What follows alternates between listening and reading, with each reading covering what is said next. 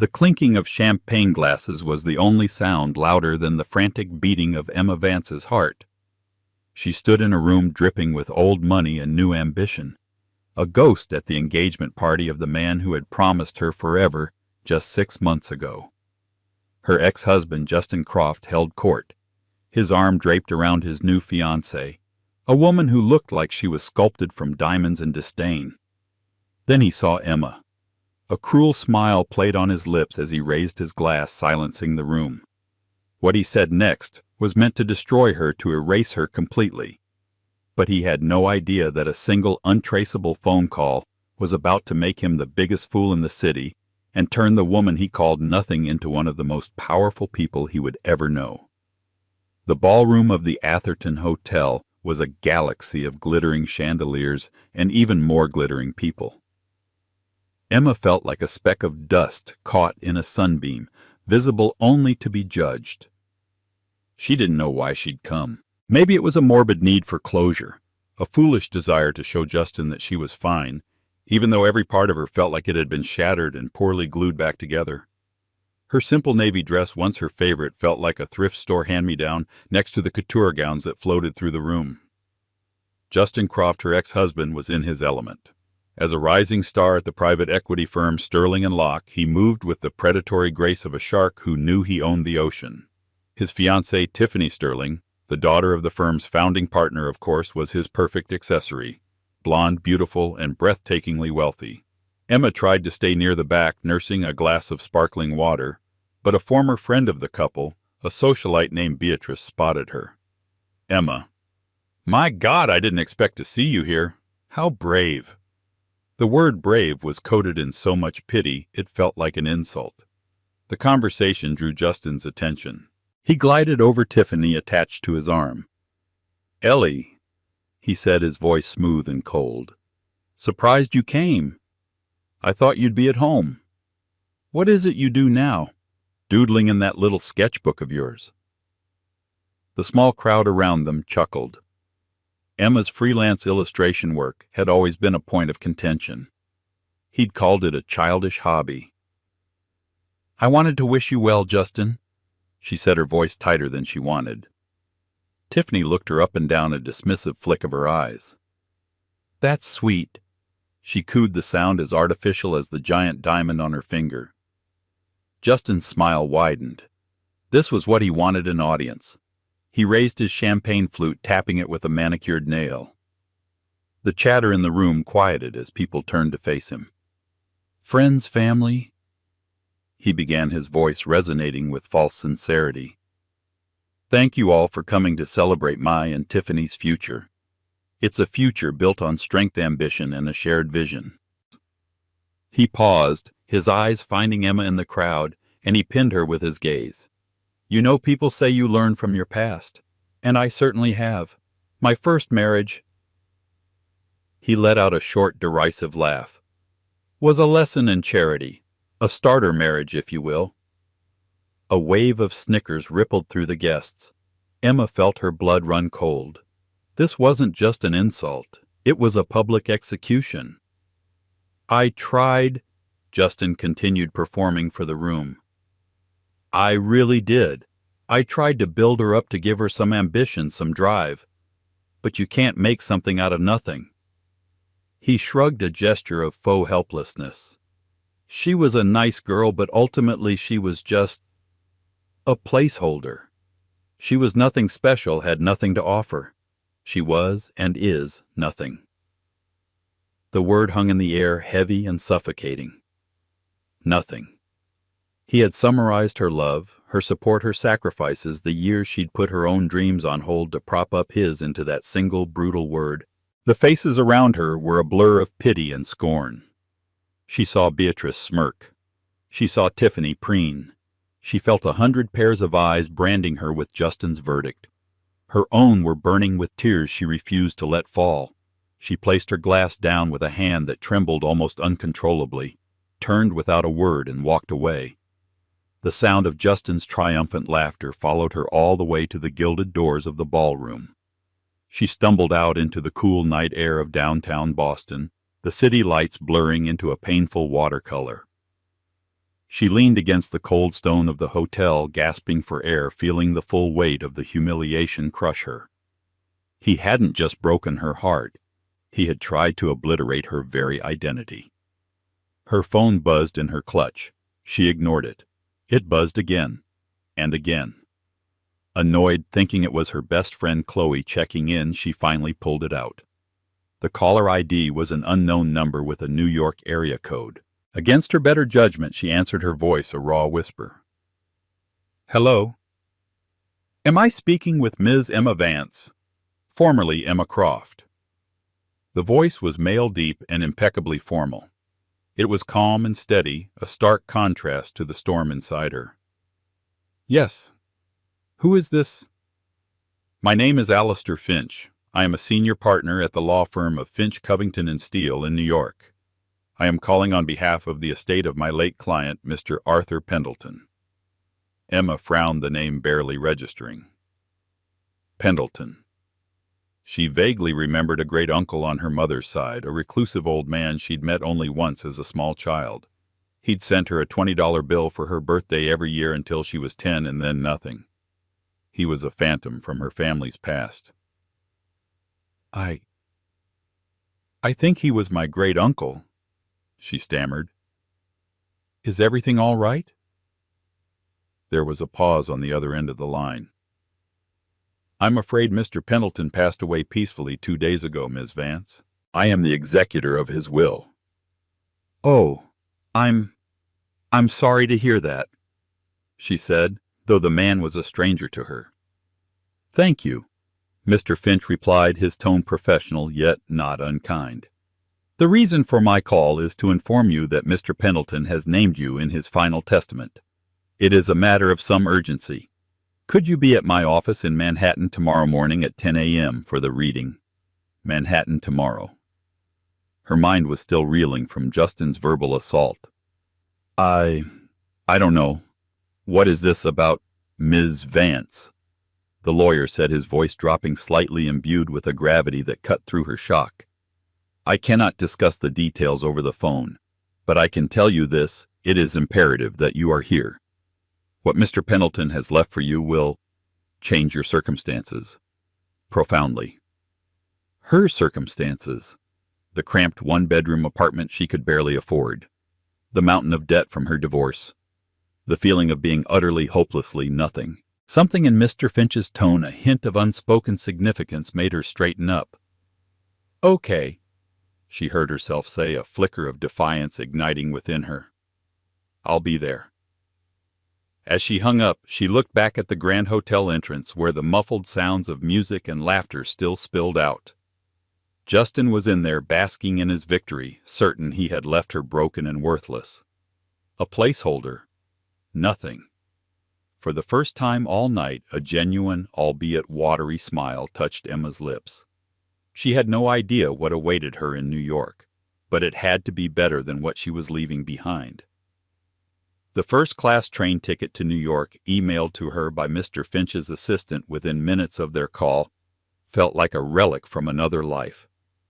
Emma hadn't traveled in anything but coach for years.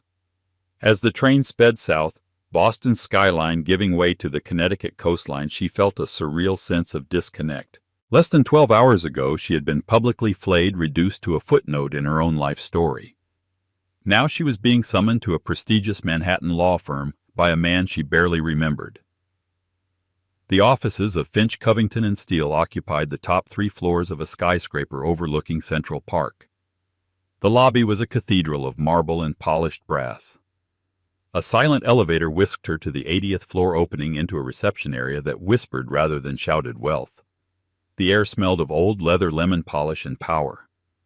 A severe-looking woman with a chic gray bob led her down a long hallway lined with dark, imposing portraits of men who all looked like they'd been born in a 3-piece suit. She was shown into a corner office where floor-to-ceiling windows offered a godlike view of the city sprawling below. Alistair Finch rose from behind a mahogany desk the size of a small car. He was older than his voice suggested, perhaps in his late 60s, with a mane of silver hair, kind eyes behind wire-rimmed spectacles, and an impeccably tailored suit. He looked less like a lawyer and more like a wise university professor. "Ms. Vance, thank you for coming on such short notice," he said, shaking her hand. His grip was firm and reassuring. "Please sit. Can I offer you some coffee? Water?" "Water would be lovely, thank you." She managed, sinking into a leather chair that felt softer than her own bed. He poured her a glass from a crystal carafe, his movements deliberate and calm. He sat opposite her, a thick leather-bound document on the desk between them. "I was very sorry to hear about your great-uncle," Emma said, feeling it was the right thing to say. Mr. Finch nodded slowly. Arthur was a unique man. Very private. He valued loyalty and authenticity above all else. He disliked pretense. The lawyer's eyes seemed to study her for a moment as if gauging her character. "He spoke of you, you know. Not often, but with a certain fondness." "He did?" Emma was shocked. "I only met him once at a family reunion when I was 5. I barely remember him." "He remembered you," Mr. Finch stated simply. "He followed your life from a distance. More than you know." He gestured to the document. "This is his last will and testament. It is straightforward, and he was in his right mind when he signed it. There are a few minor bequests to his household staff and a donation to the Metropolitan Museum of Art. But the remainder, the entirety of his estate, his assets, his properties, and his controlling interest in his company, he has left to you." Emma stared at him, trying to process the words. "The remainder I don't understand. What company?" Mr. Finch leaned forward slightly. "Ms. Vance, your great-uncle was Arthur Pendleton, the founder and sole shareholder of Pendleton Global Enterprises." The name meant nothing to her. "Pendleton. Global? It is a privately held conglomerate," the lawyer explained patiently, "with major holdings in technology, sustainable energy, real estate, and international shipping. It's one of the largest private corporations in the world." Emma felt a wave of dizziness. This had to be a mistake, a cruel joke. "There must be other family, cousins, nieces. He can't have left it all to me." "He has 2 surviving nephews, Marcus and Jonathan Pendleton," Mr. Finch confirmed. "He has left them each $1 to be used for the purchase of a bus ticket back to whichever rock they crawled out from under." His words, not mine. A ghost of a smile touched the lawyer's lips. He felt they embodied the very greed and artifice he despised. He was looking for someone else. Someone he felt was genuine. Emma's mind was a whirlwind. This wasn't real. "What does this estate consist of? A house? Some savings?" Mr. Finch opened the folio. He cleared his throat and began to read in a calm, even tone. "To my great-niece Emma Vance, I bequeath the following: the penthouse apartment at 740 Park Avenue, New York, the waterfront estate in Southampton, New York, the chalet in Aspen, Colorado, the villa on Lake Como, Italy, and the private island in the Grenadines known as Pendleton's Rest." Emma's mouth went dry. Each location was more unbelievable than the last. But the lawyer wasn't finished. "Furthermore, I bequeath to her the entirety of the Pendleton art collection with an estimated value of $900 million. Emma made a small choking sound. $900 million. "And finally," Mr. Finch said, looking up from the page to meet her eyes directly, "I bequeath to Emma Vance my full and complete ownership of Pendleton Global Enterprises, along with all associated liquid assets, stocks, bonds, and investment portfolios." He closed the document softly. The silence in the room was absolute, broken only by the distant hum of the city far below. "Mr. Finch," Emma whispered, her voice trembling, "what is the total value of this inheritance?" Alistair Finch took a slow breath as if to prepare her. "Ms. Vance, a full valuation is ongoing, but based on the last quarterly report, the conservative net worth of the assets you have just inherited is approximately $27 billion. $27 billion. The number was so vast, so astronomical, it had no meaning. It was an abstraction. Emma felt the room tilt, the view of Central Park swimming before her eyes. She gripped the arms of the chair, anchoring herself. Nothing. Justin had called her nothing. A hysterical laugh bubbled in her chest, and she had to physically bite her lip to keep it from escaping. Mr. Finch seemed to sense her shock. "Breathe, Ms. Vance, just breathe." She took a shaky breath, then another. "Why?" She finally asked, the word barely audible. "Why me? He didn't know me." "That's where you're mistaken," the lawyer said gently. He reached into a drawer and pulled out a slim modern tablet, sliding it across the desk to her. On the screen was a web page. It was her own personal art blog, the one she poured her heart into, filled with her delicate, whimsical illustrations of city life and quiet moments. It had a few hundred followers, mostly other aspiring artists and friends. Arthur was an intensely private man, but he was very much a man of the modern world, Mr. Finch explained. He found your blog years ago quite by accident. He never commented, never reached out. He just watched. He admired your talent, but more than that, he admired your persistence. He saw you creating beauty for its own sake, with no expectation of fame or fortune. He saw you working part-time jobs at coffee shops to support your art. He saw the world ignore you, and he saw you continue to draw anyway. He pointed to a specific post from 2 years ago. It was a simple ink drawing of a bird trying to build a nest on a windswept branch with a caption she'd written. "Some days you just have to build even if the wind is against you." "He showed me this one," Mr. Finch said softly. "He told me, 'That girl has steel in her spine, Alistair. She just doesn't know it yet.'" He believed that someone who could create value from nothing was the only person he could trust with everything he had built. The tears she had held back at the party finally came, but they weren't tears of humiliation. They were tears of disbelief, of grief for a man she'd never known, and of a staggering, terrifying vindication. An eccentric, reclusive billionaire had seen more worth in her quiet doodles than her own husband had seen in their entire marriage. Mr. Finch pushed a series of documents across the desk toward her, along with an elegant fountain pen. "These are the preliminary papers. They acknowledge your acceptance of the inheritance and grant me temporary power of attorney to manage the immediate transition. It's the first step. The rest of your life, Ms. Vance, begins the moment you sign." Her hand was shaking so badly she could barely hold the pen. She looked down at the signature line.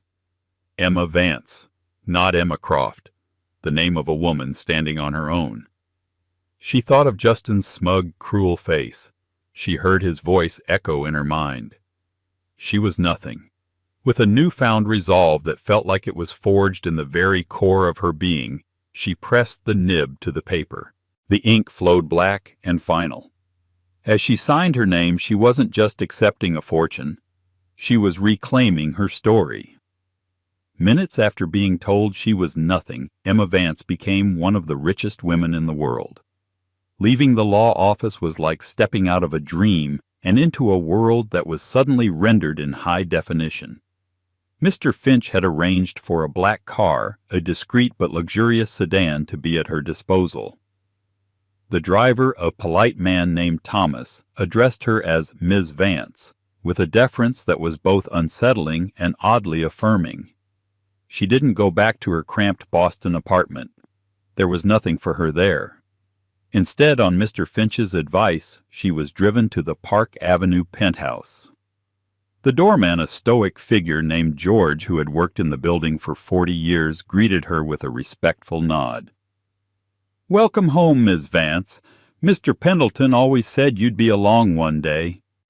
The private elevator opened directly into the apartment, and Emma gasped. It wasn't a home. It was a kingdom in the sky.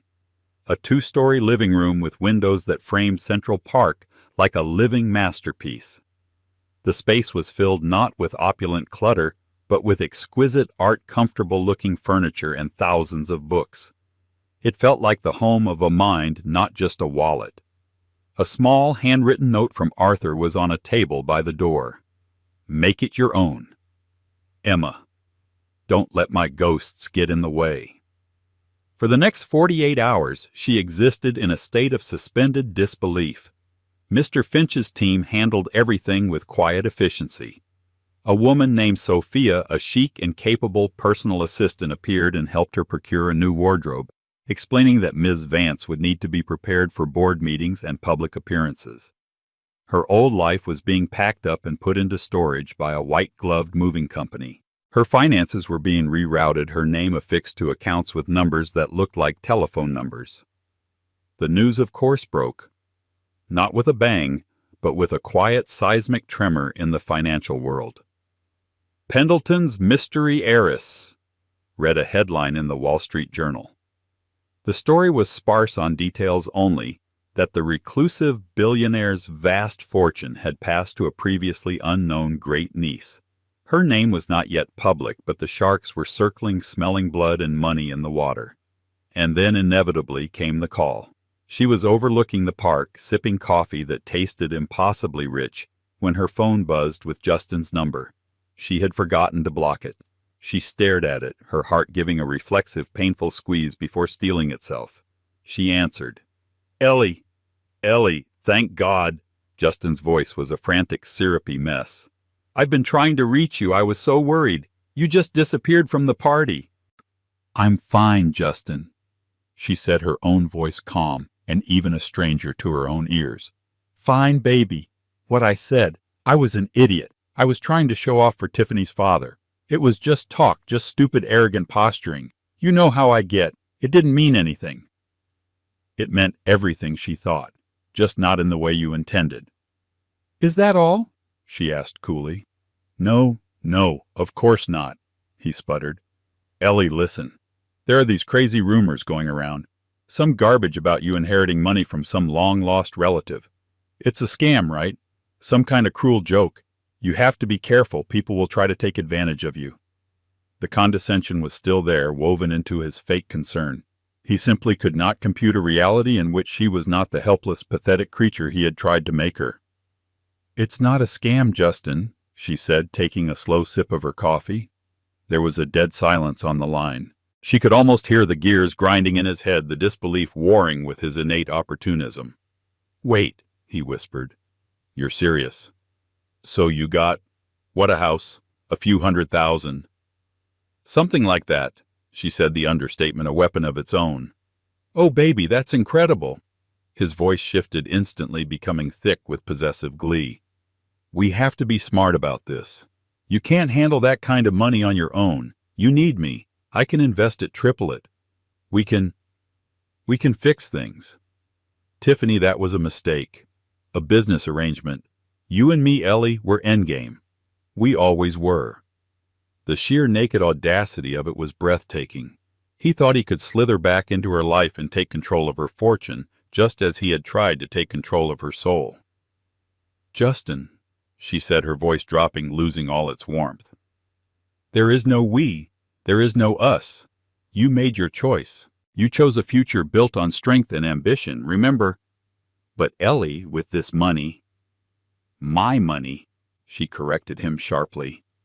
The words felt good, powerful. "And I have all the expert advice I need. Thank you for your concern." "Don't do this, Emma," he snarled, the mask slipping. "Don't you dare hang up on me. After everything I did for you, I made you who you are." A real, genuine laugh escaped her lips this time. It was liberating. "No, Justin, you have no idea who I am, and you never will." She ended the call and finally blessedly blocked his number. The sense of release was intoxicating. That afternoon she met with Alistair Finch again. He walked her through the basics of the Pendleton global empire, a dizzying array of companies and assets. One file in particular caught her eye.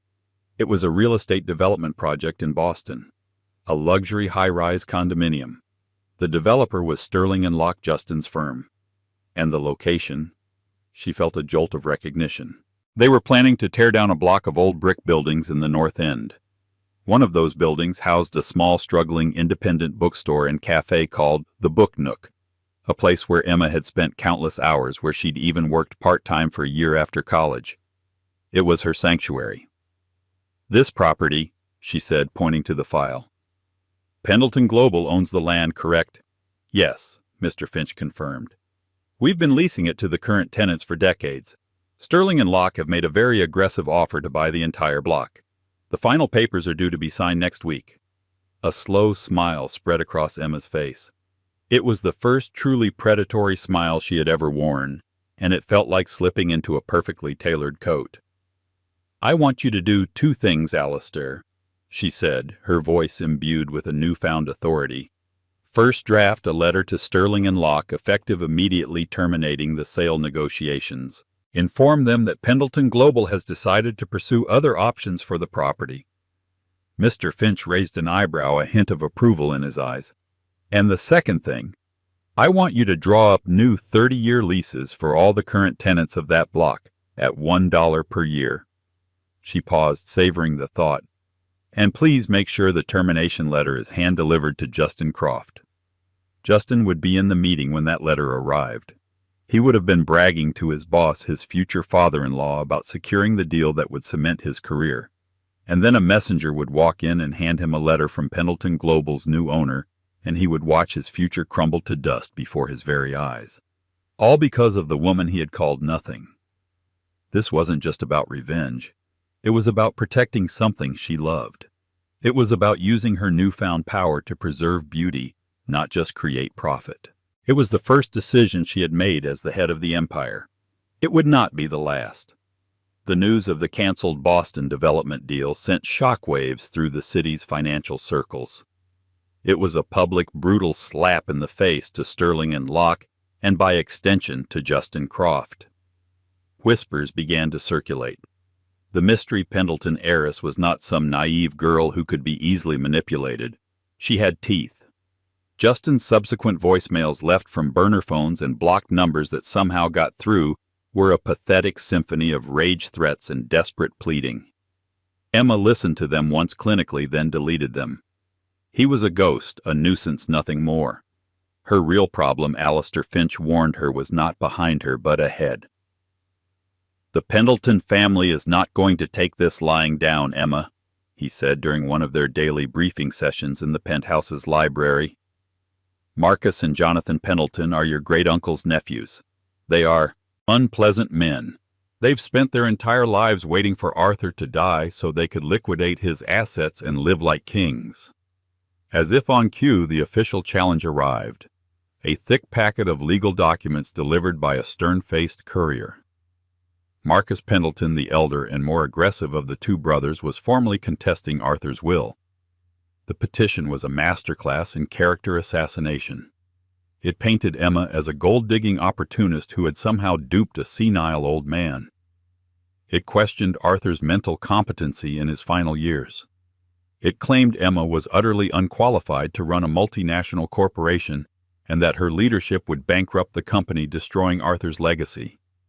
Their demand was simple. They wanted the will invalidated and the entire estate handed over to them, the rightful heirs. Their first move was to try and freeze the assets, a legal maneuver that would paralyze Emma's control.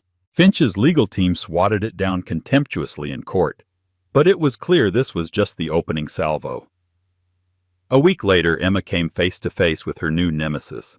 She had agreed against Alistair's initial advice to attend a charity gala for the New York Public Library, an institution Arthur had quietly supported for years. She wanted to step out of the shadows to put a face to the name that everyone was whispering about. She wore a simple but elegant black gown, her only jewelry a pair of diamond earrings from Arthur's collection that Sophia, her assistant, had insisted on. As she entered the grand book-lined hall, a hush fell over the room. People stared openly, their curiosity a palpable force. A man detached himself from a small group and strode towards her. He was in his late 50s, with a florid face, a weak chin, and the arrogant posture of a man who had never been told no in his life. He was flanked by a younger, paler version of himself, Marcus and Jonathan Pendleton. "Well, well, well!" Marcus boomed, his voice oozing condescension. "The little artist. I must say I'm surprised to see you out. I'd have thought you'd be hiding under a rock counting your stolen gold." Emma met his gaze without flinching. "Mr. Pendleton, I'm sorry, you'll have to forgive me. My great-uncle described you so vividly in his letters, I almost feel as if I know you already." Marcus's face tightened. Don't you dare speak his name. You manipulated a sick, lonely old man. This entire charade is a fraud, and my lawyers will prove it. You won't see a dime of his money. It's already my money, Emma replied calmly, her voice carrying in the quiet hall. And I assure you Arthur was anything but sick or lonely. His mind was sharper at 90 than yours appears to be at 50. Jonathan, who had been silent, piped up with a sneer. What would a part-time coffee slinger know about running a business? Pendleton Global will be a smoking crater in 6 months. That's where you're mistaken, Emma said, turning her cool gaze on him. I don't need to know how to run a shipping conglomerate or an energy company. I know how to hire the people who do. It's called delegation. A concept, I'm told, that is foreign to those who have never had a real job in their lives. The jab hit its mark. It was common knowledge that the Pendleton brothers had lived their entire adult lives off generous trust funds, set up by their grandfather, funds Arthur had pointedly cut off 5 years prior. Marcus's face turned a dangerous shade of purple. He took a step closer, his voice a low growl. You listen to me, you little nobody. You are out of your league. We will drag your name through the mud. We will expose every pathetic detail of your sad little life. By the time we're done, the world will see you exactly as my uncle should have a worthless, grasping leech. We'll offer you a settlement. Take it and disappear. $10 million. It's more than you've ever dreamed of. Emma looked at him, at his desperate, angry eyes, and she felt a wave of clarity. He was just like Justin, a bully who used money and status as a substitute for character.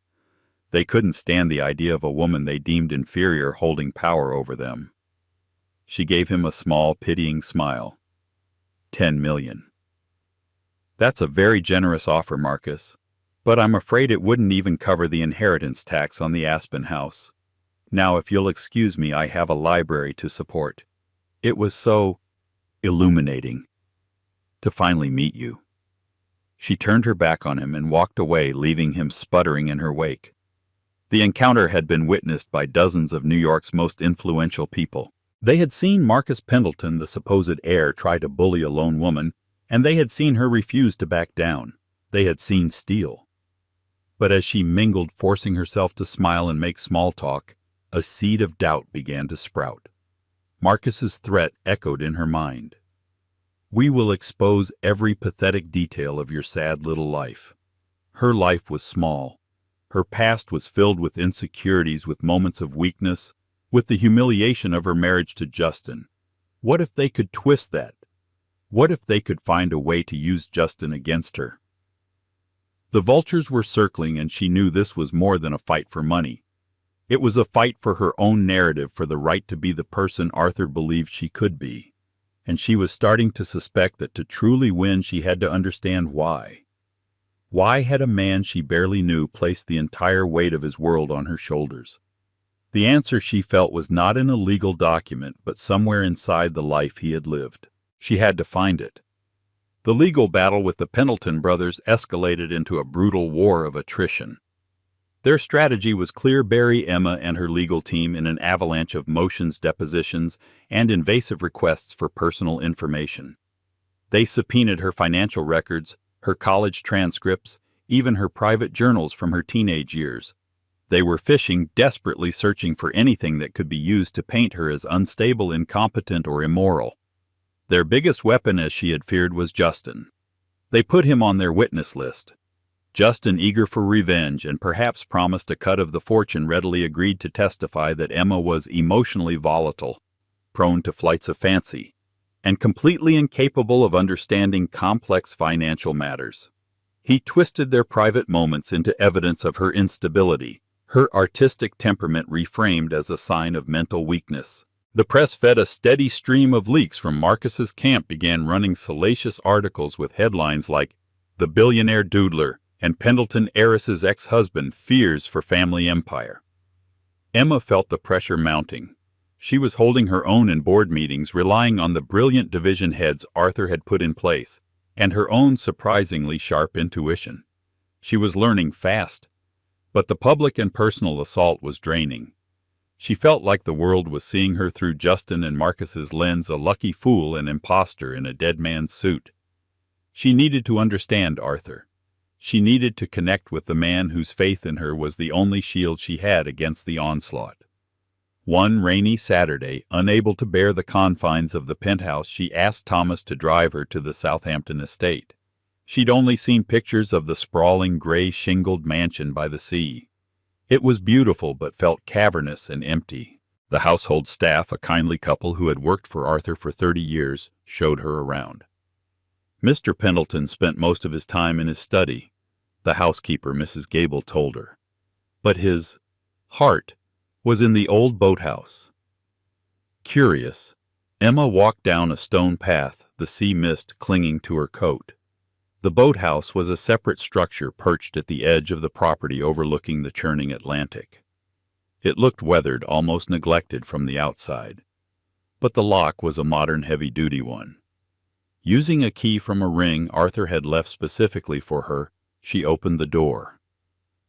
The air inside was cool and smelled faintly of turpentine and linseed oil. It wasn't a boathouse at all. It was an artist's studio.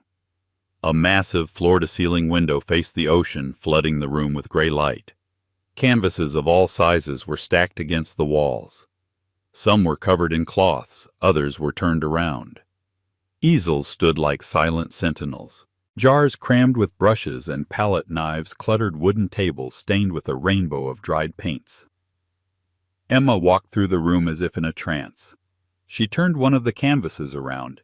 It was a breathtaking, impressionistic seascape full of violent energy and dark, brooding colors.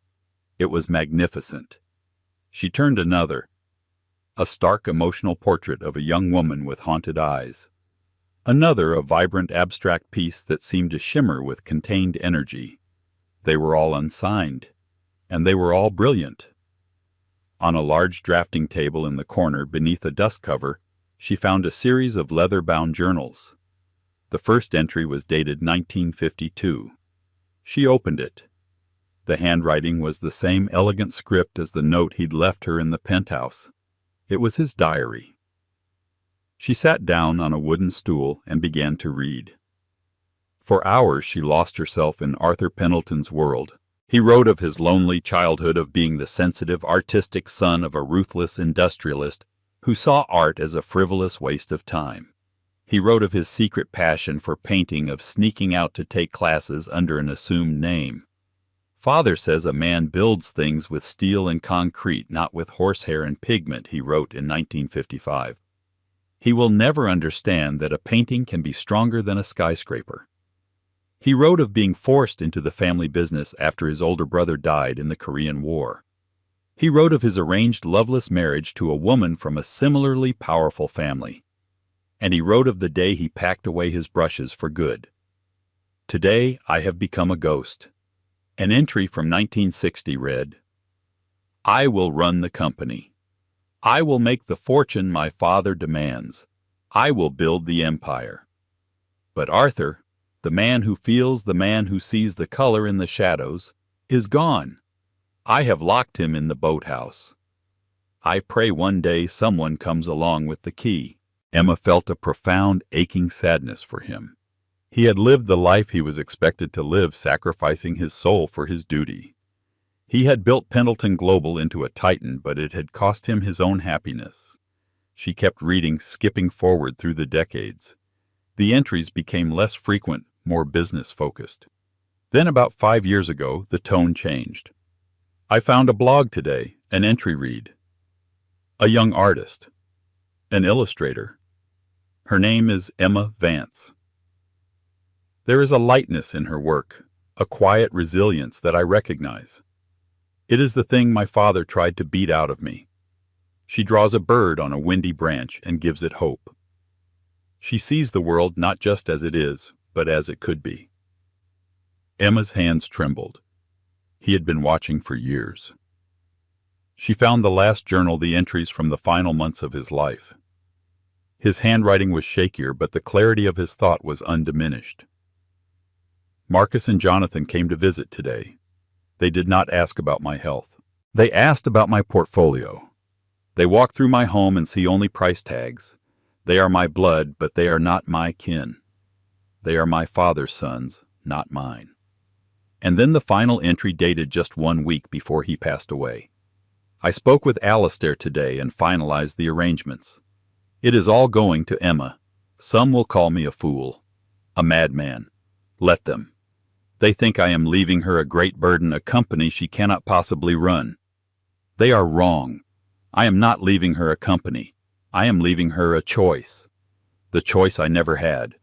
She can sell it all and live a life of leisure, and I would not blame her.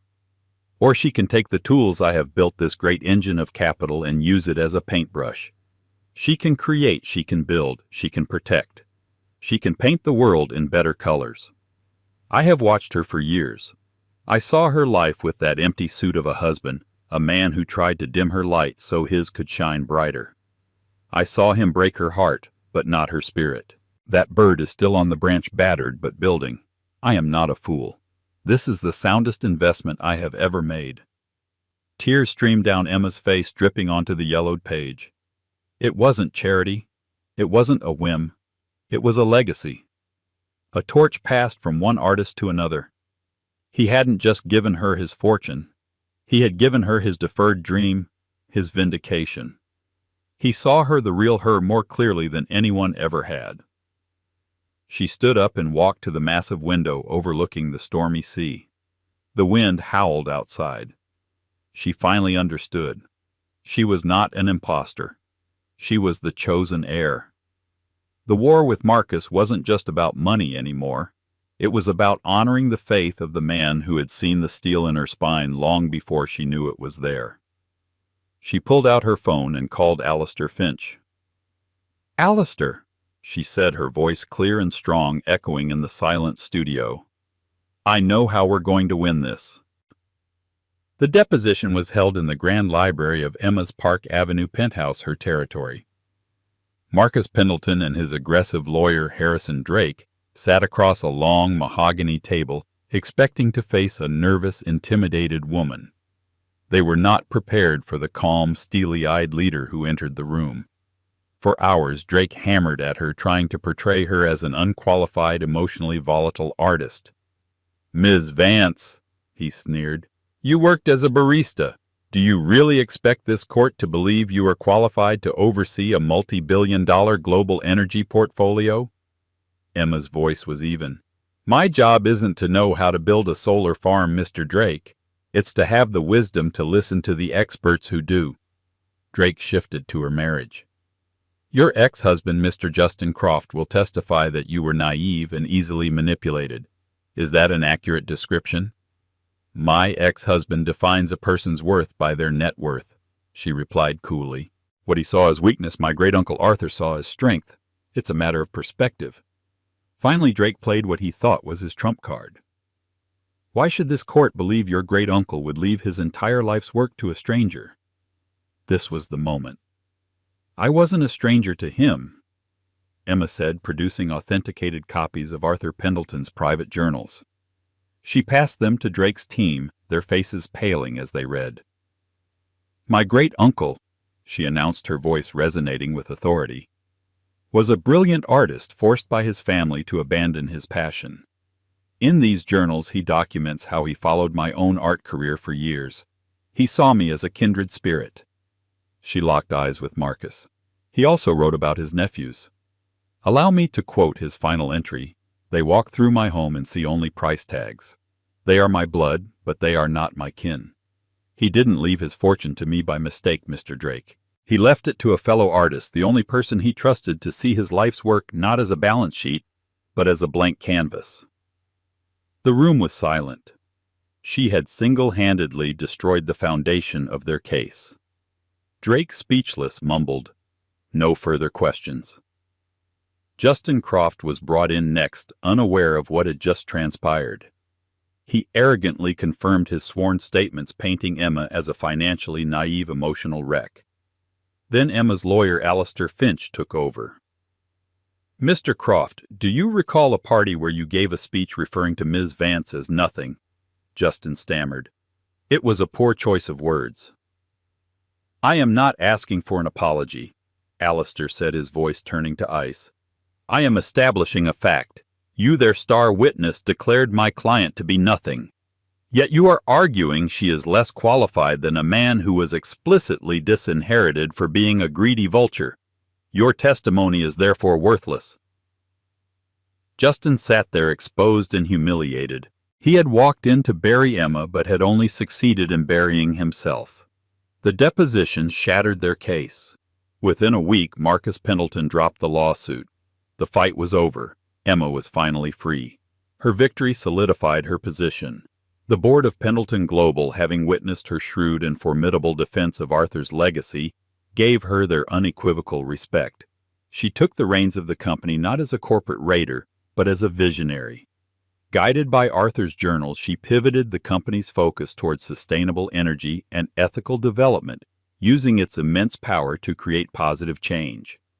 Her most personal project was the Arthur Pendleton Foundation for the Arts, which she endowed with $1 billion to support struggling artists, ensuring that others with the creative spirit she and Arthur shared would not have their dreams extinguished by a world that valued only profit. Justin Croft's downfall was swift. The leaked deposition transcripts made him a pariah. His fiancée left him and his firm fired him. A year later, Emma saw him by chance on a street in Midtown. He looked haggard and defeated. "Emma," he said, his voice desperate. "I'm sorry. I was a fool." She looked at the man who had tried to destroy her and felt only a distant pity. "Yes, you were," she replied simply. "Is there any chance?" he began, but she gently cut him off. "The difference between us, Justin, was never about money," she said softly, her voice filled with a final, unshakable peace. "It was about value. I spent years trying to prove my worth to you. Now I know my worth was never in question." She didn't need to say more. He understood.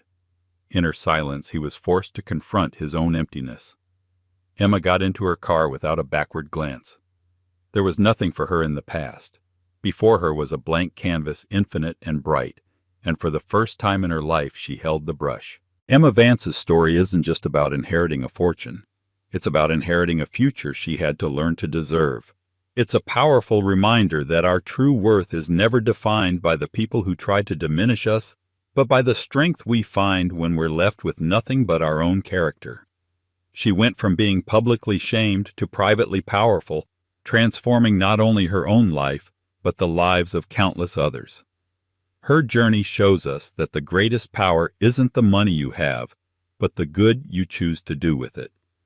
What would you do if you were handed a second chance of that magnitude? How would you rewrite your own story? If you were moved by Emma's incredible transformation from heartbreak to heroism, please hit that like button and share this story with someone who needs to be reminded of their own inner strength. Don't forget to subscribe and turn on notifications so you won't miss our next story of unbelievable twists of fate and incredible personal triumphs. The sting of betrayal isn't a single event. It's a lingering poison. For Olivia Adler, that poison was administered in a ballroom filled with crystal chandeliers and 100 smiling assassins. Her ex-husband Preston, a man she'd sacrificed everything for, stood with his arm draped around his new fiancée, a woman whose success was built on the ashes of their marriage. He raised a glass, his voice echoing through the microphone, toasting a future she was never meant to have. In that moment, broken and invisible, Olivia had no idea that a forgotten past and an unimaginable fortune were about to collide, turning her world and theirs upside down forever. The annual Sterling Foundation Charity Gala was the glittering pinnacle of the city's social calendar, a place where fortunes were pledged and reputations were cemented. For Olivia Adler, it was the seventh circle of hell, and she was walking into the fire with her eyes wide open. Her boss at the small architectural firm, Mr. Henderson, had insisted the entire team attend. "It's about networking, Olivia," he'd said, oblivious to the personal horror the event represented. 2 years ago, she had walked into this very ballroom on the arm of her then-husband, Preston Montgomery. He was a rising star in private equity. sharp-suited and sharper-witted with an ambition that burned like a furnace. Olivia, a talented but unassuming architectural drafter, had been his steadfast support system. She'd worked extra hours to help him through his MBA, proofread his proposals until her eyes blurred, and put her own career ambitions on the back burner, believing they were building a shared future. That future had shattered 6 months ago. The divorce was swift and brutal. The reason had a name: Brenda Finch. Brenda was a vice president at a rival firm, a woman who moved through the world with the predatory grace of a panther. Preston hadn't just left Olivia. He had upgraded, as he'd once drunkenly implied to a mutual friend.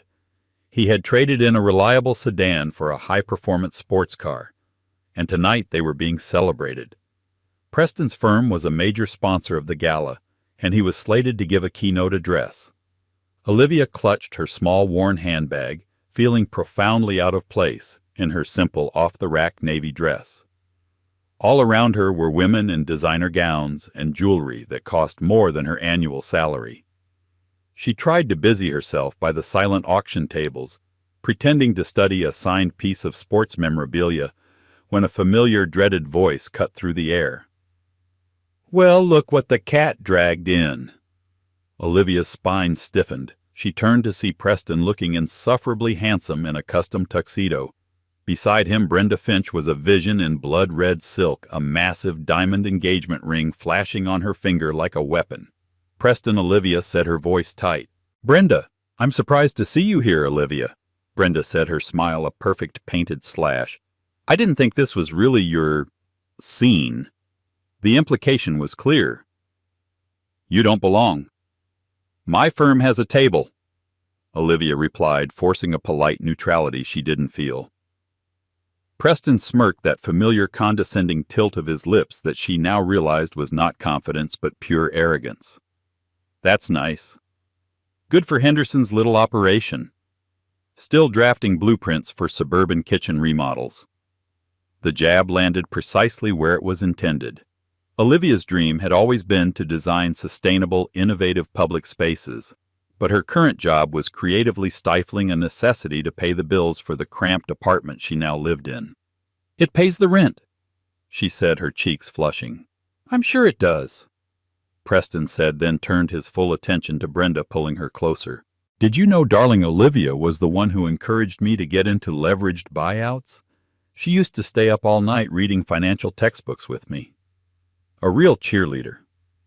He said the word cheerleader with a dismissive tone, as if it were a quaint, pathetic hobby.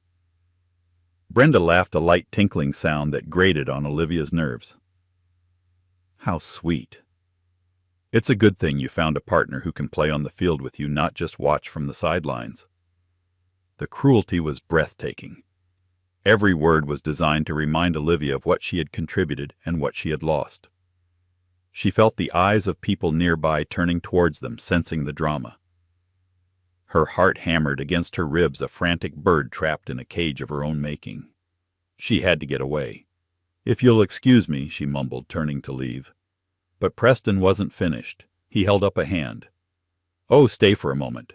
They're about to introduce me. You should hear the speech. I even give a little nod to the people who helped me get here." His eyes gleamed with malice. He was promising one final public humiliation. As if on cue, the master of ceremonies took the stage. Olivia was frozen, trapped in the orbit of their toxic success. A few minutes later, after a glowing introduction, Preston stood at the podium, bathed in a spotlight. He was charming, witty, and confident. He spoke of ambition and vision, of seizing opportunities. And of course, he said, his eyes scanning the crowd and deliberately landing on Olivia, "For a fraction of a second, I wouldn't be here without the support of people who believed in me, even when my vision surpassed their own understanding. And most importantly, I stand here today because I found a true partner, a woman whose brilliance and drive match my own. To my fiancée, Brenda." The room erupted in applause. Brenda blew him a kiss. The spotlight found her, and she basked in it. It was a perfectly crafted narrative, positioning Olivia as the simple, small-minded first wife who couldn't keep up the necessary but ultimately disposable booster rocket for his ascent to the stars. Olivia felt a wave of nausea. She stumbled back away from the crowd, her vision blurring with unshed tears. She pushed through a set of double doors and found herself on a cold, deserted balcony overlooking the city. The glittering lights of the skyline mocked her. She had given that man the best years of her life, her energy, her dreams. In return, he had erased her from his story, recasting her as a footnote in his grand epic. Leaning against the cold stone balustrade with the sounds of his triumph echoing behind her, Olivia Adler felt a profound and terrifying emptiness. She wasn't just heartbroken, she was utterly and completely erased. The weeks following the gala bled into a monotonous gray. Olivia's life settled into a rhythm of quiet desperation. Wake up in the too-small apartment that smelled faintly of her predecessor's cat. Endure the long commute on a crowded train. Spend 8 hours drafting uninspired designs under the fluorescent hum of her office. Commute home. Eat a microwave dinner for one. Sleep. Repeat. The vibrant colors of her life with Preston had been replaced with a stark, unforgiving monochrome. She actively avoided any news of him and Brenda, unsubscribing from business journals and muting mutual acquaintances on social media. Yet their success seemed to seep through the cracks of her carefully constructed defenses, a headline on a newsstand, a snippet of conversation from the cubicle next to hers. Each mention was a fresh twist of the knife. Her only refuge was her weekly dinner with her best friend Jessica Chen, a sharp-witted journalist who had seen Olivia through the worst of the divorce. "You need to get angry, Liv," Jessica said one evening, stabbing a piece of kung pao chicken with unnecessary force. "Grief is a phase. Right now, you're just letting him live rent-free in your head while he's redecorating his penthouse with that she-devil." "I'm not sad anymore," Olivia lied, pushing a stray noodle around her plate. "I'm just tired." "That's the same thing, just with better PR." Jessica shot back. "You gave him everything. You deserve to be furious." But Olivia couldn't summon the energy for fury. All she felt was a hollow ache, a sense of worthlessness that Preston had so expertly instilled in her. It was on a particularly bleak Tuesday, with rain lashing against her apartment window, that it arrived. Tucked between a credit card offer and a utility bill was a thick cream-colored envelope. It felt heavy, important. The return address was not a name but a crest, an embossed emblem of a stylized bee intertwined with an oak tree. Beneath it were the words Davies and Associates Attorneys at Law, Beaumont Tower, Geneva, Switzerland. Olivia stared at it bewildered.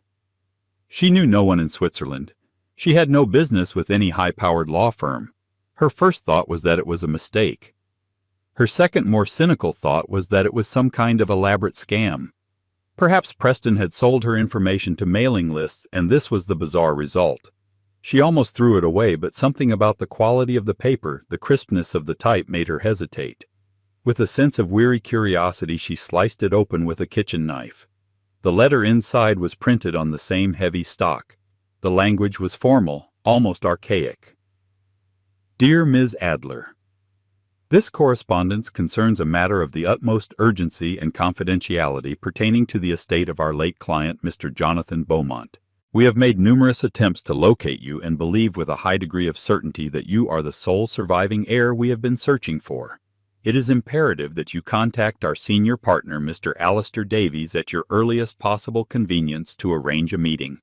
We understand this news may be unexpected.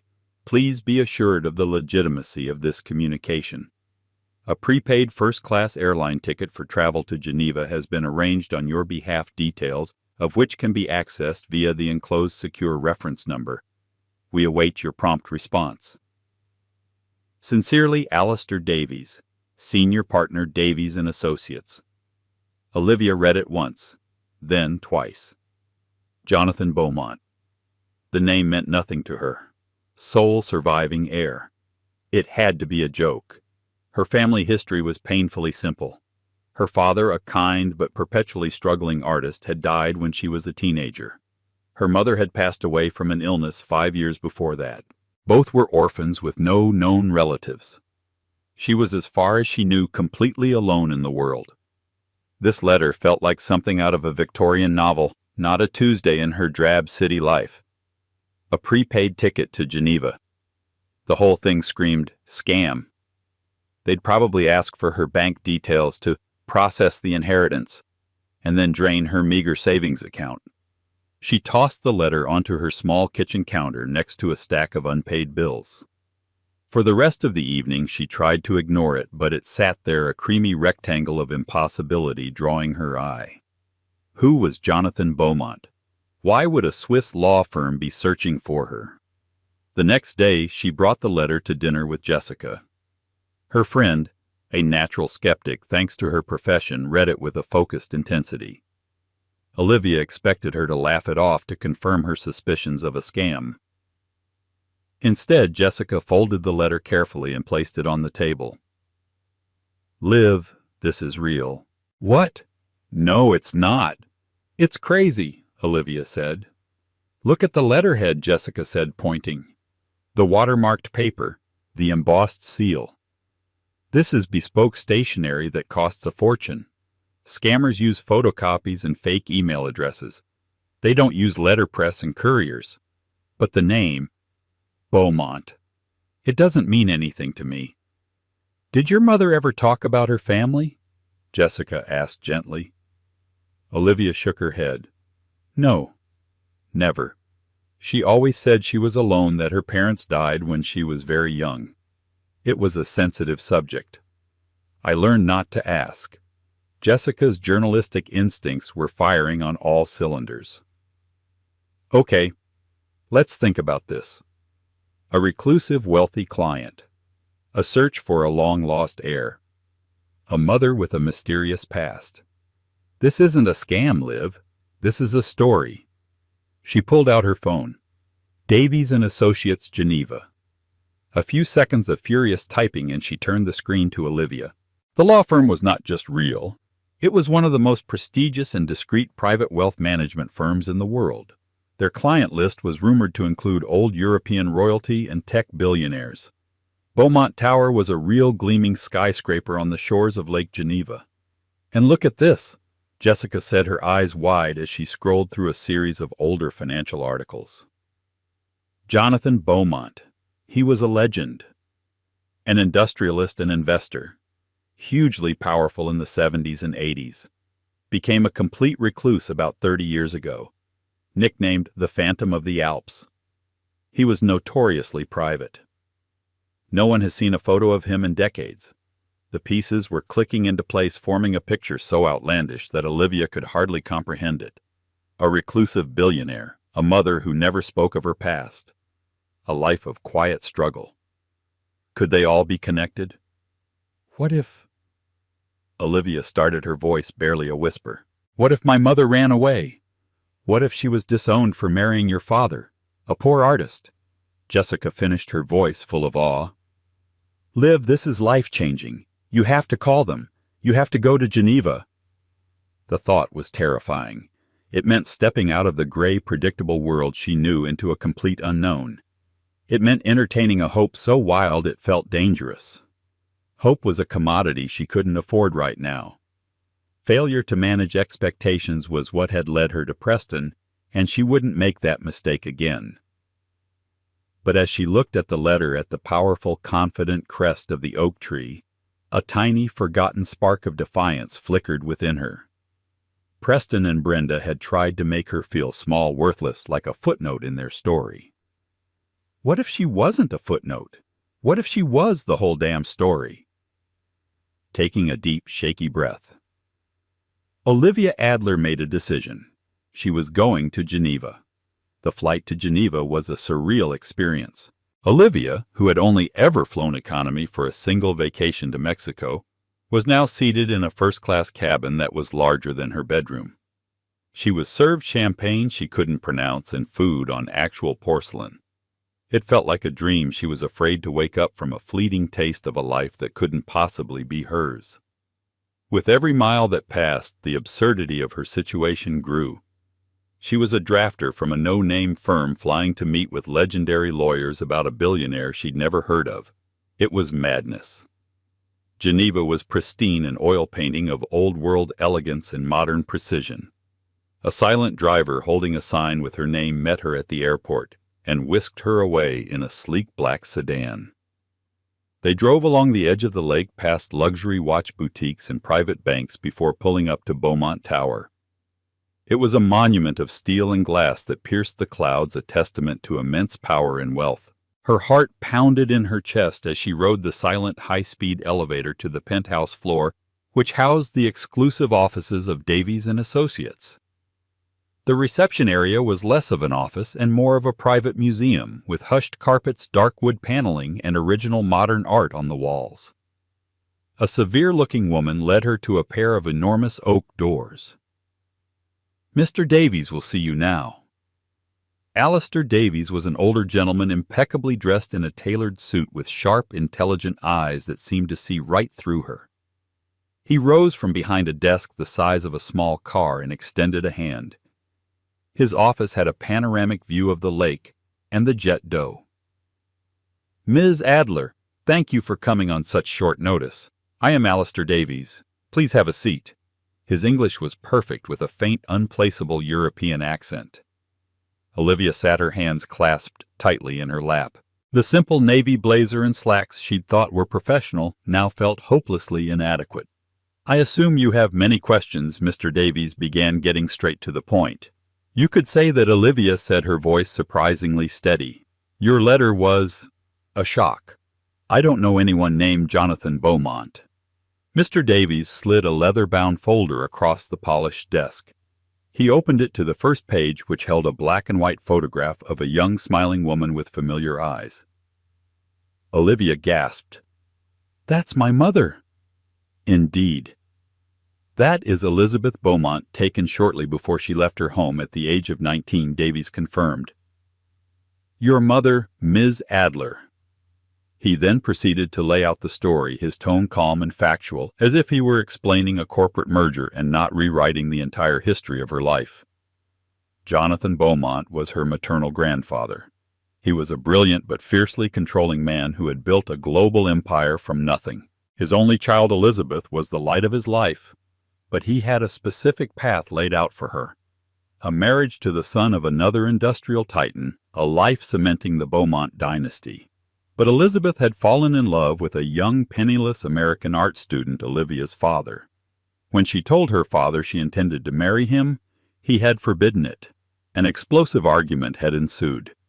Jonathan had given her an ultimatum: the man she loved or her family and fortune. Elizabeth, young and defiant, chose love. She left in the middle of the night with nothing but a small suitcase, severing all ties. She changed her last name to her husband's, moved to America, and never looked back, so determined to protect her new life from her father's influence that she erased her past completely. Your grandfather, Davies, continued, his expression softening slightly, was a man of immense pride. But his anger eventually faded, replaced by a profound regret. He began searching for your mother about 15 years ago. By the time our investigators found a trace of her, we learned that both she and your father had already passed away. The trail then led us to you. It has been a long and difficult search, Ms. Adler." Olivia felt a wave of dizziness. Her mother, who had clipped coupons and worked 2 jobs, was the heiress to a fortune? The narrative of her life, a simple story of love and loss, was a lie, or at least a heavily edited version. "My grandfather." "Your letter said he was your late client." Olivia said, the word catching in her throat. "Yes." "Mr. Beaumont passed away peacefully 2 months ago at the age of 94, Davies said. He spent his final years consumed with the need to right his past wrongs. He amended his will accordingly. He paused, letting the weight of the moment settle. "Ms. Adler." "Olivia, Jonathan Beaumont left his entire estate to you." Olivia stared at him blankly. "His entire estate?" "That is correct. Beaumont Enterprises. His global portfolio of real estate, his art collection, his liquid assets. You are his sole heir." I don't understand." "How much are we talking about?" She asked the question, feeling foolish and small in the face of such a revelation. Mr. Davies didn't flinch. He slid another document towards her. It was a summary of assets. The numbers were so long they looked like telephone numbers. She saw the word billion repeated several times. Her eyes scanned the page, but her brain refused to process the figures. It was an astronomical sum, a fortune that could alter nations, let alone the life of a single heartbroken woman. She felt the room tilt. She wasn't just wealthy. She was one of the wealthiest women in the world. However, Mr. Davies said, his voice pulling her back from the brink of fainting, there is a condition. A rather significant one. Of course there was. It couldn't be that simple. Your grandfather, while determined to make you his heir, was also a pragmatist. He did not know you. He could not simply hand over control of a global corporation to a complete stranger, even if she was his blood. His will stipulates a probationary period. Probationary. For 1 year, you will assume a position on the board of Beaumont Enterprises. The company is currently managed by a very capable CEO and a board of directors, some of whom are other family members. Other family members, I thought I was the sole heir. Distant cousins, Davies clarified. Your grandfather's nephew and niece, Jeffrey and Camilla Beaumont. They have managed a subsidiary of the company for years and have long expected to inherit the bulk of the estate. They are displeased by this development. They will be watching you very closely. The trap was set. What do I have to do? Olivia asked. You have to learn, Davies said simply. You have to understand the business, prove your competence, and earn the respect of the board. At the end of the year, the board, including Jeffrey and Camilla, will vote on whether to ratify your position as the new chairwoman and grant you full, unequivocal control of the Beaumont Trust. If you fail to secure their confidence, what happens if I fail? Then the estate's assets will be liquidated and donated to a list of international charities selected by your grandfather.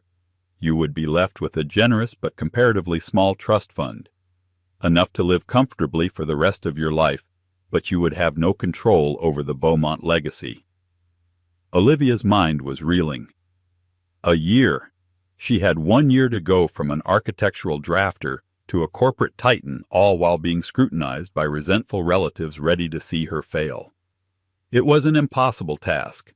The old Olivia, the one who had walked into that gala 2 months ago, would have run screaming from the room. She would have taken the small trust fund and disappeared. But something had changed in her. The humiliation she had suffered at Preston's hands had burned away her naivete. It had left behind a core of hardened steel she didn't know she possessed. Preston had told her she was a cheerleader on the sidelines. Her grandfather, a man she'd never met, was giving her a chance to own the entire stadium. She looked out the window at the city below, at a world of power and influence she never dreamed she could be a part of. This wasn't just about money. It was about legacy. It was about proving to herself and to the ghosts of her past that she was more than what Preston had made her feel. She turned back to Mr. Davies, her expression no longer one of shock, but of quiet, unshakable resolve. When do I start?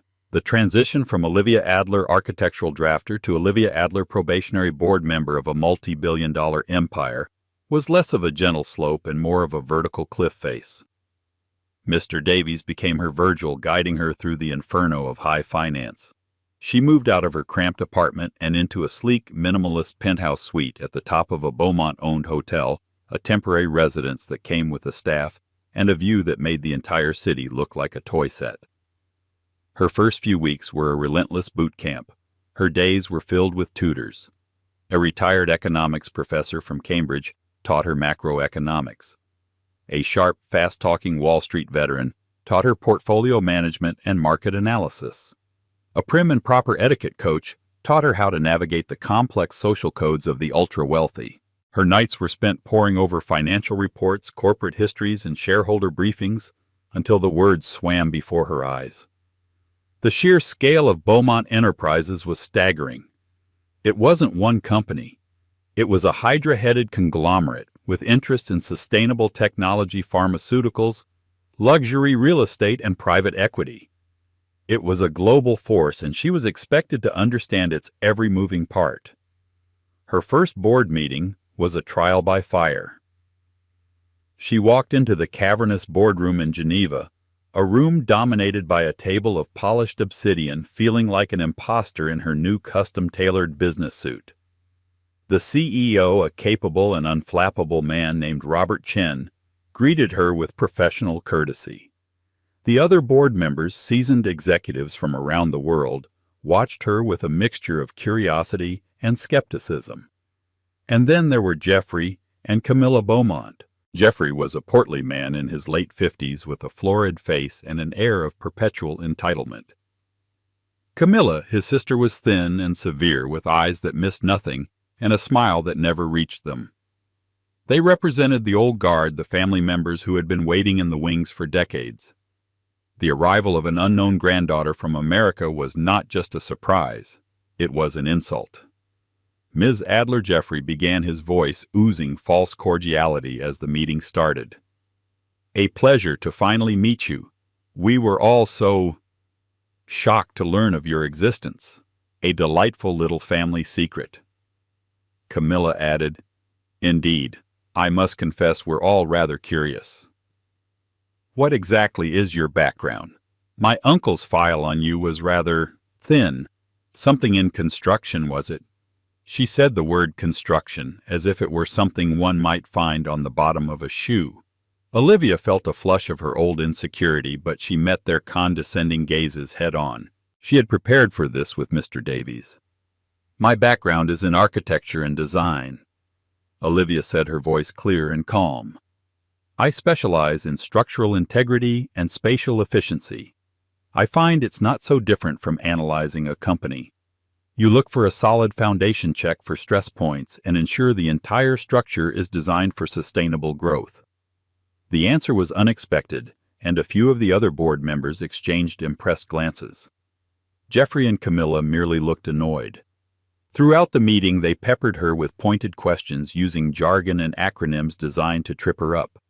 But Olivia, thanks to her grueling weeks of study, was able to follow along, asking intelligent if basic questions. She didn't pretend to be an expert. She positioned herself as a dedicated student, which to her surprise earned her a measure of grudging respect from the non-family members of the board. After the meeting, Mr. Davies gave her a rare approving nod. "You held your own. They expected a frightened little girl. You did not give them one." But Olivia knew this was just the beginning. To truly prove herself, she needed to do more than just study. She needed to act. An opportunity soon presented itself, one that unexpectedly connected her new life with her old. Mr. Henderson, her old boss, called her in a panic. His small firm, Henderson & Associates, was the target of a hostile takeover. A mid-sized private equity firm, Montgomery Capital, was buying up their debt and trying to force a sale. The plan was to absorb their client list and then dissolve the company, leaving 24 employees jobless. The name hit Olivia like a physical blow. Montgomery Capital. It was Preston's firm, the firm she had helped him dream up. He was a piranha swallowing up smaller fish to fuel his own growth. Her old colleagues, the people she had worked with for years, were about to be casualties of his ambition. The old Olivia would have felt helpless. The new Olivia saw an opportunity. She spent 2 days with her finance tutors analyzing Henderson's company from every angle. It was small, but had a solid reputation. And more importantly, a new division focused on eco-friendly urban planning, an area Olivia was passionate about and knew was undervalued. Preston was only seeing the firm's current modest profits.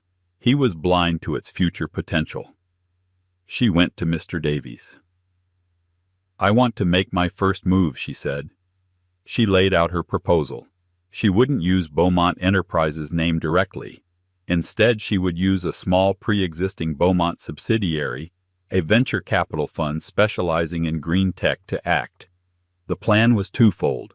First, the fund would buy out all of Henderson & Associates' debt from the various creditors before Preston could consolidate it. Second, it would make a significant equity investment in the firm, giving it the capital to expand its sustainable design division and fight off any further takeover attempts. It was a strategic investment that aligned perfectly with the Beaumont portfolio, but it was also deeply personal. Mr. Davies listened intently, a poker face firmly in place.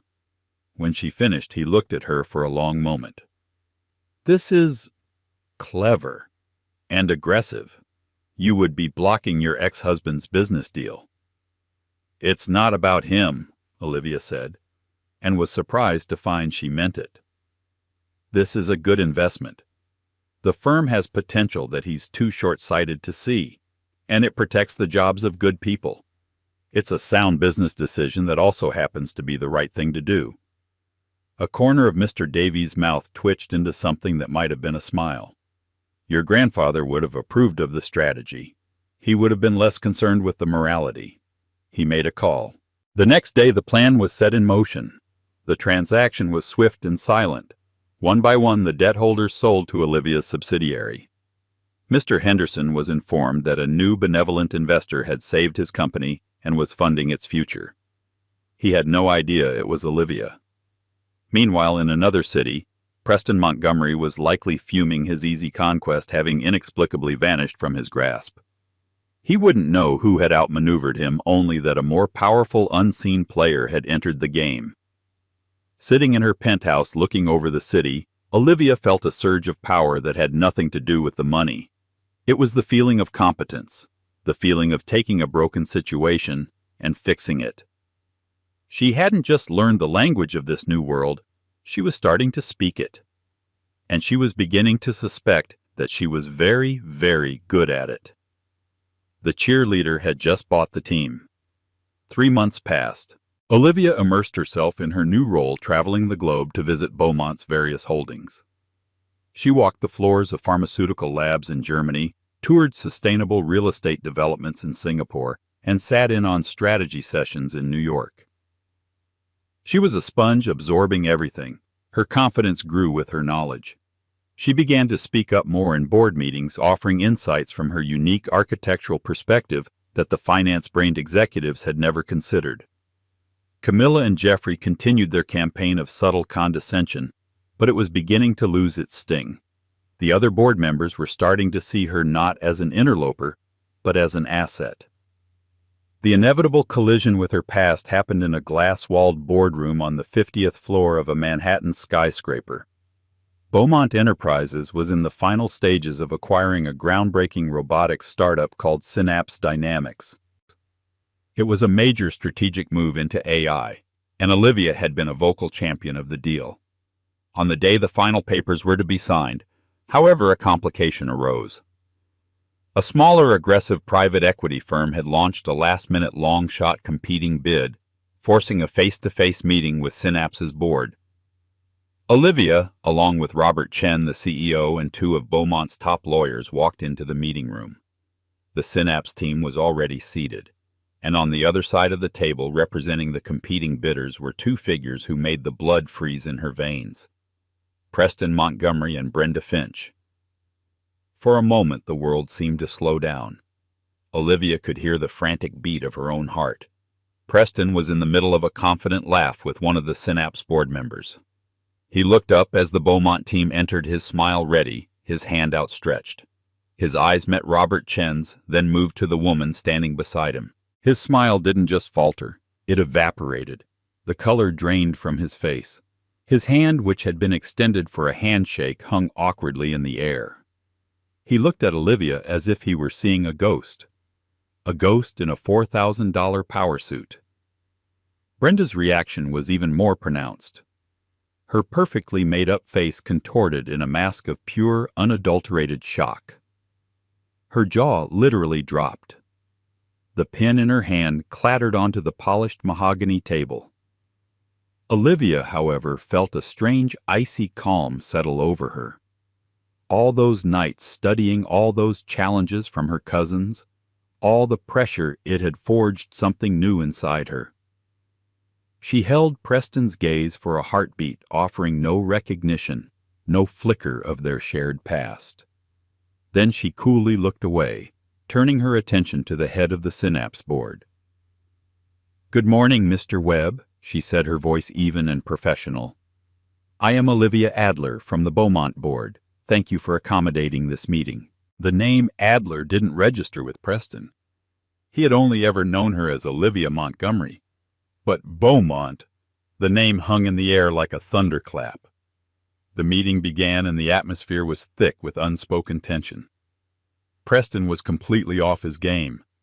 He stumbled over his opening remarks, his usual slick presentation reduced to a series of nervous platitudes. He kept glancing at Olivia, his mind clearly racing, trying to solve an impossible equation.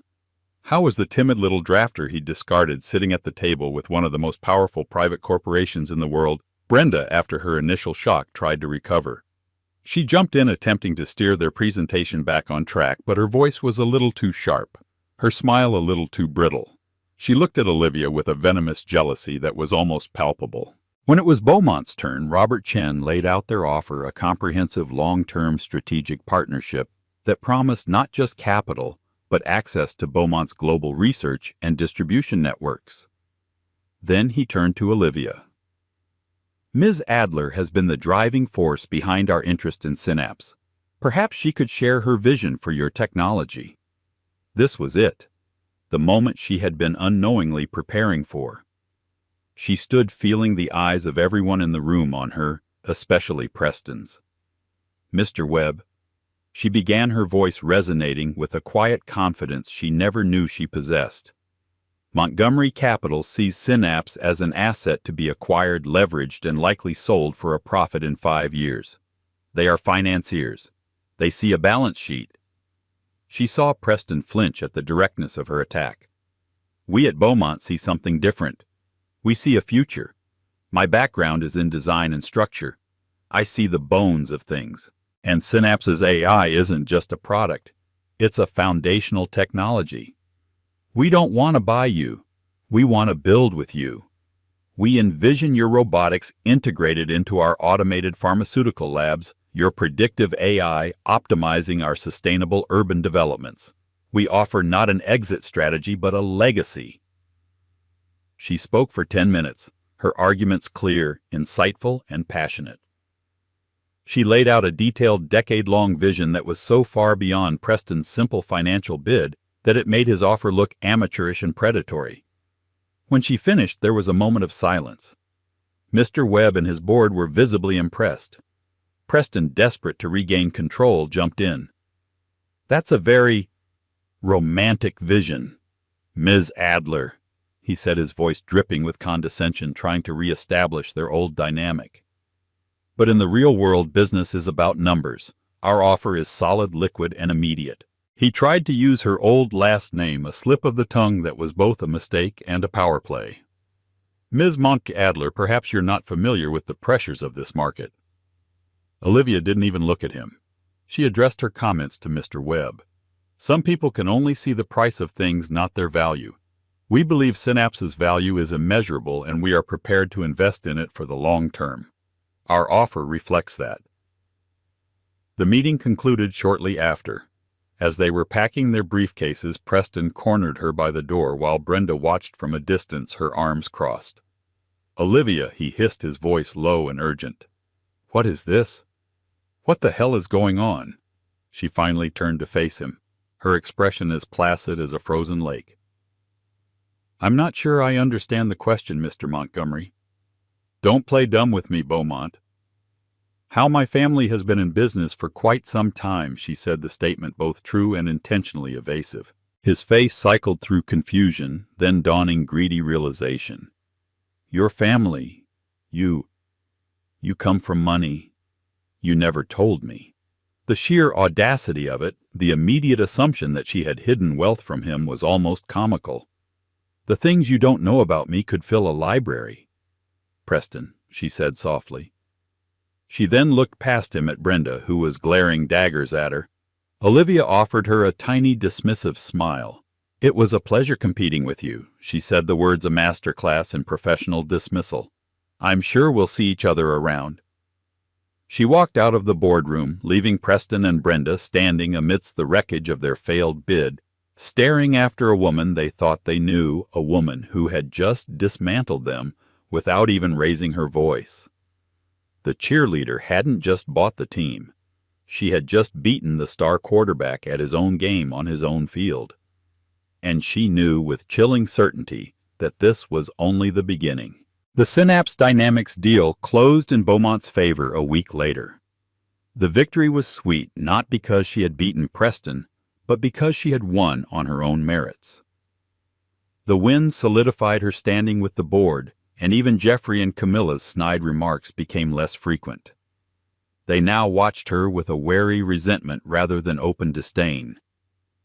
But Olivia's analytical mind couldn't let go of a detail from the failed bid. Preston's offer for Synapse had been recklessly high, almost desperately so. It was an all-cash offer that for a firm of his size would have represented a massive financial stretch. It wasn't ambitious, it was foolish. Why was he gambling so aggressively? Driven by a mix of professional curiosity and a lingering sense of self-preservation, she decided to dig deeper. She now had the vast resources of Beaumont Enterprises at her disposal. She made a quiet request to Beaumont's internal corporate intelligence division, a team of forensic accountants and analysts who could uncover the financial secrets of entire nations. "I want a full deep-dive workup on Montgomery Capital," she told the division head.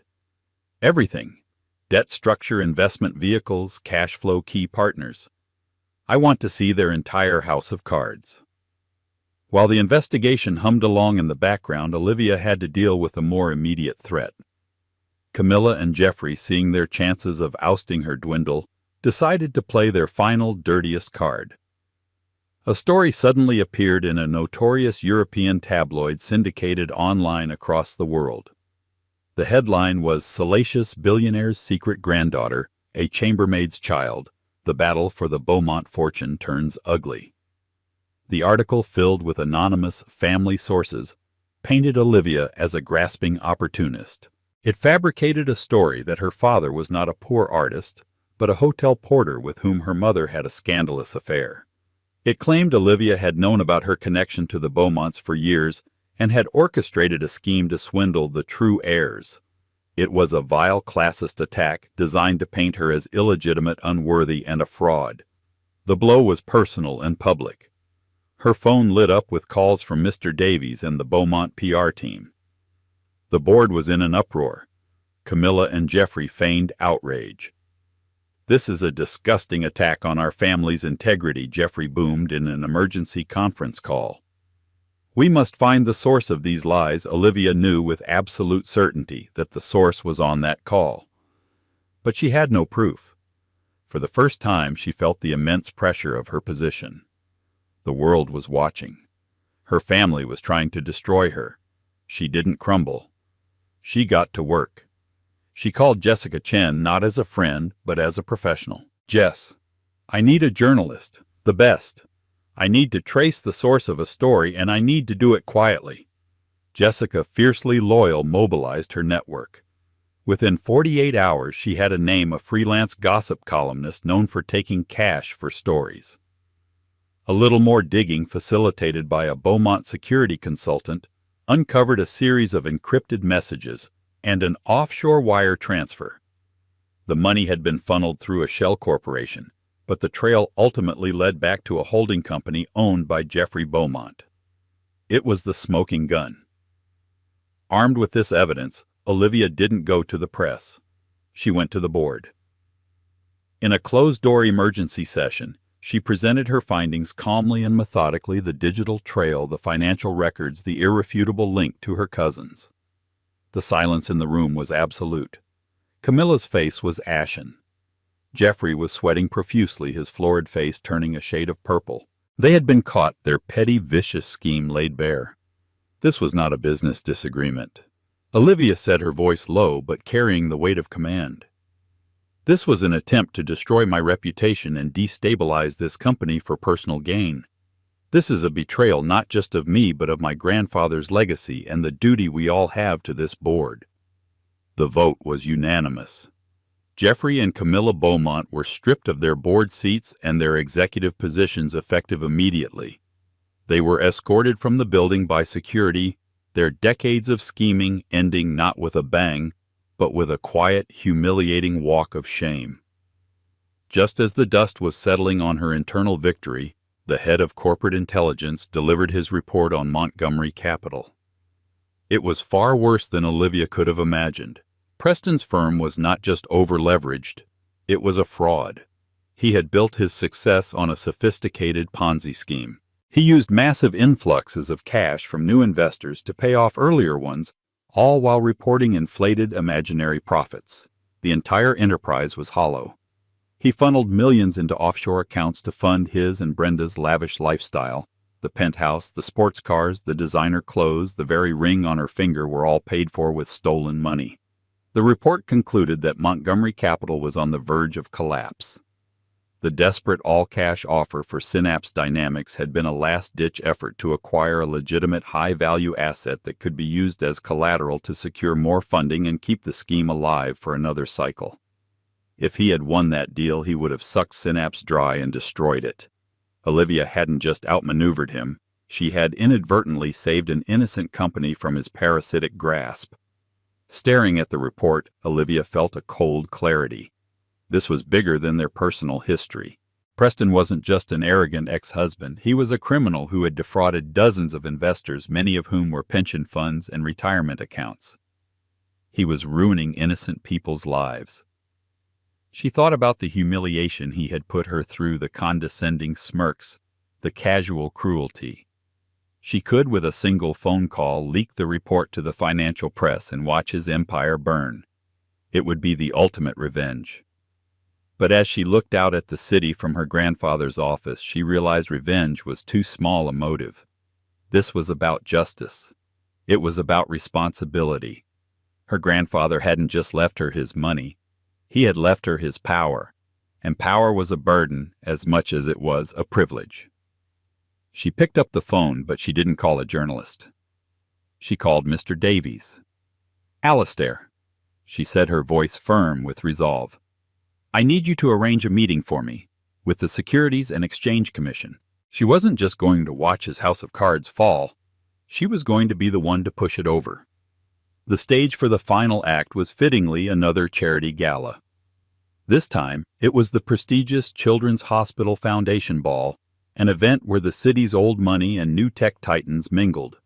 Beaumont Enterprises was the lead sponsor, and as the newly consolidated power on the board, Olivia was expected to give the opening address. She stood backstage, elegant in a deep emerald gown, a stark contrast to the simple navy dress she had worn to the gala that had started it all. She was no longer the invisible woman shrinking in the corner. She was the center of gravity in the room. Out in the ballroom, Preston and Brenda were making their rounds. To the outside world, they were still the golden couple. News of their failed Synapse bid had been a minor setback, but Preston, a master of spin, had brushed it off as a strategic retreat.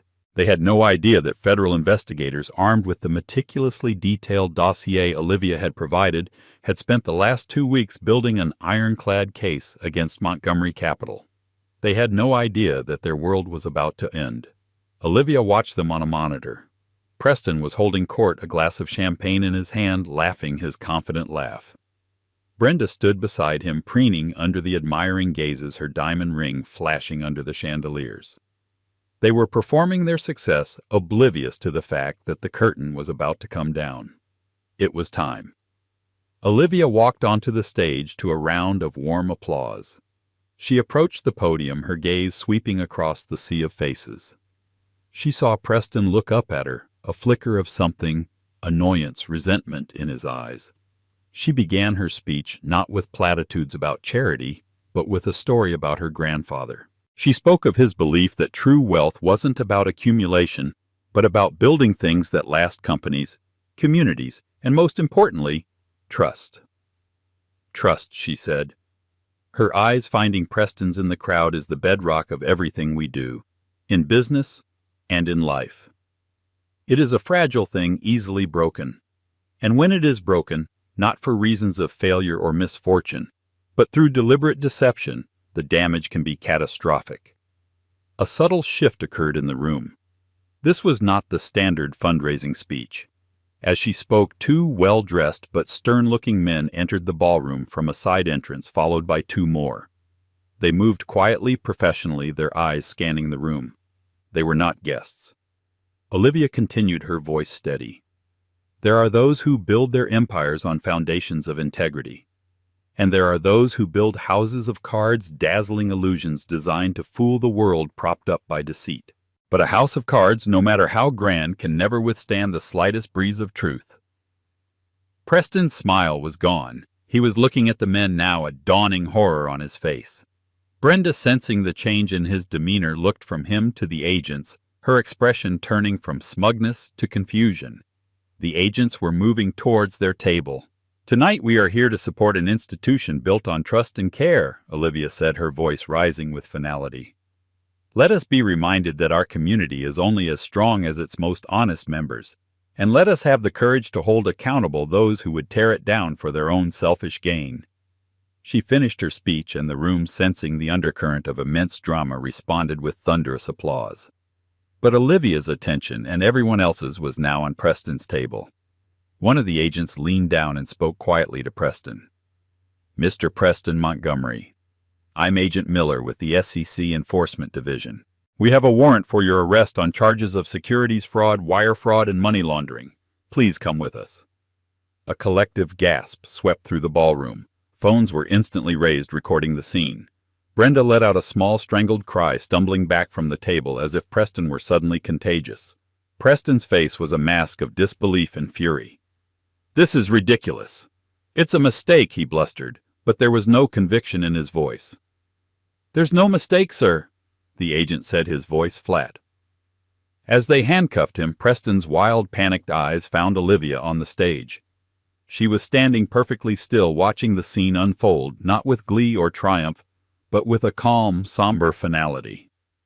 In that moment, he understood. The anonymous competitor who had snatched Henderson's firm. The mysterious power player at the Synapse meeting. The breeze of truth that had just blown over his house of cards. It was all her. He was led out of the ballroom, past the shocked faces of the city's elite, a babbling, pathetic shell of the titan he pretended to be. Brenda stood alone, a pariah in her blood-red dress, the diamond on her finger suddenly looking like a piece of cheap glass. Later that evening, as news of the arrest exploded online, a journalist caught Olivia as she was leaving. "Ms. Adler, your speech was incredibly timely. Do you have any comment on the arrest of Preston Montgomery? A man sources say you have a personal history with Olivia." Looked into the camera, her expression composed and powerful. "Mr. Montgomery's downfall was a result of his own choices. My grandfather's company, Beaumont Enterprises, was made aware of certain financial irregularities, and as is our corporate and ethical duty, we passed that information on to the proper authorities. Our only interest is in maintaining a fair and transparent market for all investors. I have no further comment on my personal history." It was a perfect, devastatingly professional statement. It positioned her not as a vengeful ex-wife, but as a principled corporate leader. A protector of the legacy she now fully controlled. She walked away from the cameras, leaving the frenzy behind. She didn't feel the thrill of revenge she might have once craved.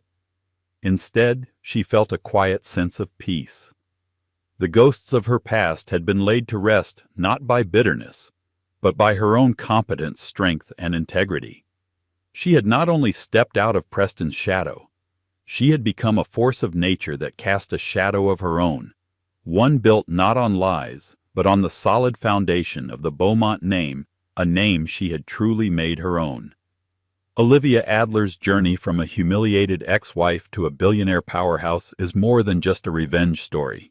It's a powerful testament to the strength that lies dormant within us all. It shows that our past does not have to define our future, and that true power isn't found in wealth, but in self-worth, integrity, and the courage to rewrite our own narrative. She didn't just inherit a fortune. She earned her legacy. What did you think of Olivia's incredible transformation? Was her final move against Preston justice or revenge? Let us know your thoughts in the comments below. We love hearing from you and discussing every twist and turn of the story. If you were captivated by Olivia's rise from the ashes, please give this video a thumbs up and share it with someone who loves a story of ultimate triumph. And of course, don't forget to subscribe and hit that notification bell so you never miss our next gripping tale. Thank you for listening.